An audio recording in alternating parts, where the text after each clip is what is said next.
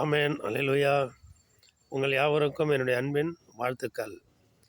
2 கொரிந்தியர் 5ஆம் அதிகாரத்தில் முதலாவது வசனம், பூமிக்குரிய கூடாரமாகிய நம்முடைய வீடு அழிந்து போனாலும் தேவனால் கட்டப்பட்ட கைவேலை அல்லாத நித்திய வீடு பரலோகத்திலே நமக்கு உண்டென்று அறிந்திருக்கிறோம்.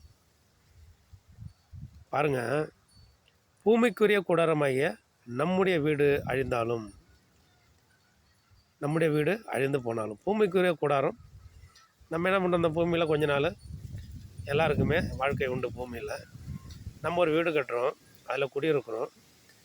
பிறகு நம்ம எங்கள் முதிர் வயது கர்த்தர் எந்த நாளில் நம்மளை எடுத்துக்கொள்கிறாருன்னு போயிடும்.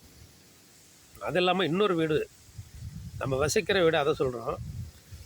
கர்த்தர் கொடுத்த ஜீவன் வசிக்கிற வீடு நம்மளுடைய சரீரம்.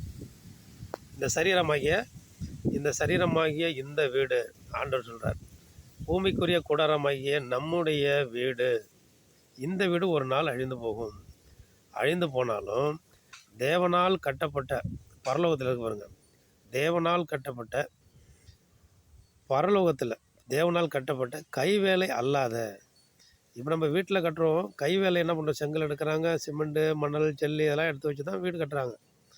ஆனாலும் கர்த்தர் நமக்காக பரலோகத்தில் ஒரு வீடு கட்டுறாரு. அவரை உண்மையாக பற்றி கொண்டிருக்கிற நம்ம எல்லாருக்கும் பரலோகத்தில் நமக்கு ஒரு வீடு உண்டு. கைவேலை அல்லாத நித்திய வீடு. அந்த வீட்டுக்கு பேர் நித்திய வீடு. அது அழியாத அது வீடு பரலோகத்திலே நமக்கு உண்டென்று அறிந்திருக்க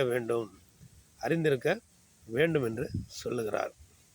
ஆனால் அப்படின்னாலும் இந்த பூமியில் இருக்கும்போது அழிந்து போகிற இந்த வீடு அது கொஞ்ச காலத்தில் அது, இப்போ நம்ம சின்ன பிள்ளையில் வளர்ந்தோம், படித்தோம், கடன்னு வயசு வந்துச்சு பாருங்கள், அடுத்து முதிர் வயதுக்கு போயிடுவோம். எல்லாருமே அப்படி தான். இப்போ குழந்தை பிறக்கும், வளரும், கடன்னு வளர்ந்துருவாங்க. நாட்கள் போகிறது தெரியல, வாரங்கள் போகிறது தெரியல, மாதங்கள் போகிறது தெரியல, வருடங்கள் போகிறது தெரியல, கடன்னு காலங்கள் கடந்து முடிந்துடுது. அதே போல் ஒவ்வொரு மனிதனுக்கும் அது முடிவுற்று சந்ததியாக, தலைமுறைகளையாக நம்மளுடைய அப்பாமார்கள், நம்முடைய அம்மாமார்கள், நம்முடைய தாத்தாமார்கள், தாத்தாவோட பாட்டிமார்கள், தாத்தாவோட தாத்தா, தலைமுறைகள் இல்லை. ஏன்னா அவங்கவுங்களும் போய்கிட்டே இருப்பாங்க. கொஞ்ச காலம்தான் தான் பூமியின் வாழ்க்கை.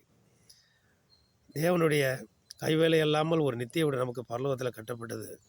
அந்த கைவேலை இல்லாத தேவனுடைய வீடு, நித்திய வீட்டுக்கு நம்ம எல்லாரும் போவோம். இந்த பூமிக்குரிய கூடாரமாகிய அந்த கூடாரம் ஒரு நாள் அழிந்து போகும்.